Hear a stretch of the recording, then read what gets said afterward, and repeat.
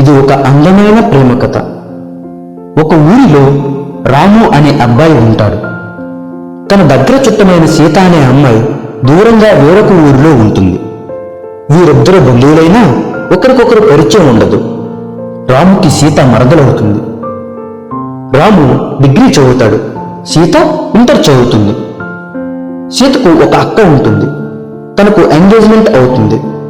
ఆ ఫంక్షన్కి రాము తన ఫ్యామిలీతో సీత ఇంటికి వస్తాడు. ఆ రోజు సీత చీరలో చాలా అందంగా ఉంటుంది.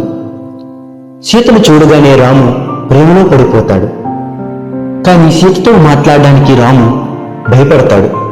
ఎందుకంటే వాళ్ళిద్దరి మధ్య పరిచయం లేదు కనుక.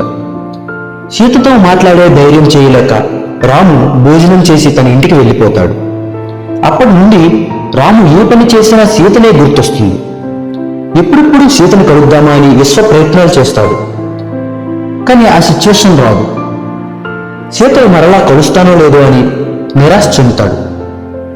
ఎప్పుడూ సరదాగా ఉండే రాము నిరాశగా ఉండడం చూసి రాము స్నేహితులు విచారిస్తారు.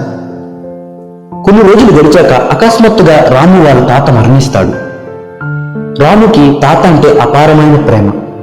తాత మరణించడంతో రాము కృంగిపోతాడు. సీతను కలవలేదనే బాధకి తాత మరణం మరింత బాధని పెంచుతుంది. రాముని ఈ పరిస్థితుల్లో చూసి తన స్నేహితులు కన్నీరు పెట్టుకుంటారు. తాత మరణం తర్వాత రోజు రాము తన గదిలో ఏకాంతంగా బాధపడుతూ ఉంటాడు. ఒక్కసారిగా అత్తయ్య, కొంచెం మంచినీళ్ళు ఇస్తారా అనే గొంతు వినిపిస్తుంది.